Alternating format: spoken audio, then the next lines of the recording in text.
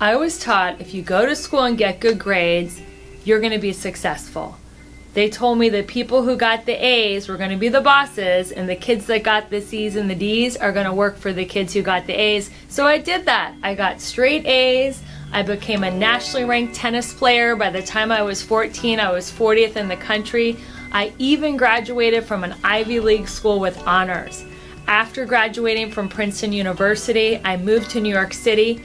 I started working for a company where people were making millions of dollars in sales, and they told me, don't go to the gym, don't have a social life. If you make a lot of money, everything's gonna be great. And I believed them, and instead of lifting weights, I lifted the phone all day. I was working 80 hours a week. I went from a size 6 to a 16. I was unhealthy, and I actually had my heart broken more times than I can count. I had a string of unhappy relationships. I did everything right, and I was miserable. And then it got worse.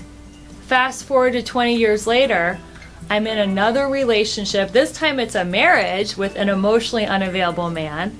My dad is dying, and I'm trying to figure out what's happening with life. Why did everything I thought was going to work not work?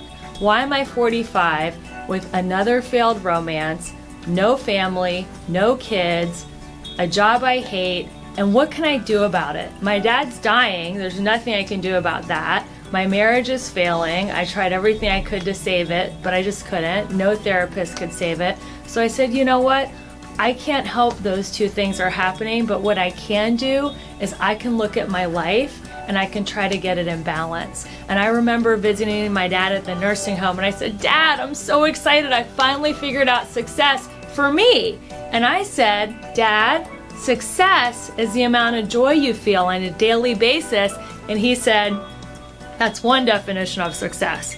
So till his dying breath, he did not believe that success was anything except results. But I decided differently. I found 7 areas of life, and if I can get these 7 areas in balance, I could be happy, and it worked. These 7 areas are your spiritual life, your physical fitness, your emotional life, your romantic life, your mental life, and your financial life. And I remember saying goodbye to my dad, signing those divorce papers, and going, wow, I have these huge circumstances happening in my life, but inside I'm feeling happy and healthy because I have these 7 areas of my life in balance.